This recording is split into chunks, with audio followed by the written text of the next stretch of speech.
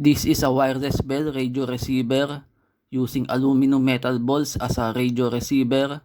When the radio waves are received, the bell will ring and the LED will light up. It also has an antenna. This is the spark gap transmitter, a high voltage generator that emits radio waves which will trigger the bell to ring. It is a wireless bell using the spark gap. High voltage spark gap transmitter.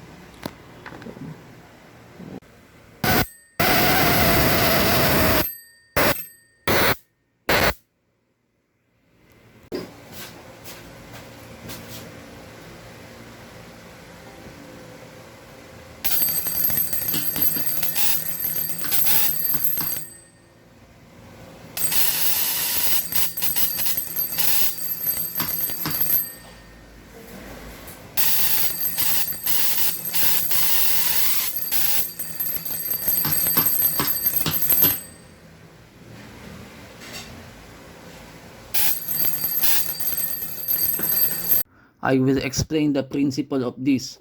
When the spark gap transmitter is turned on, it emits radio waves that will hit the antenna of the receiver, reaching the aluminum metal balls. When the aluminum balls are exposed to the radio waves from the spark gap, their resistance decreases, allowing electricity to flow, which makes the bell ring.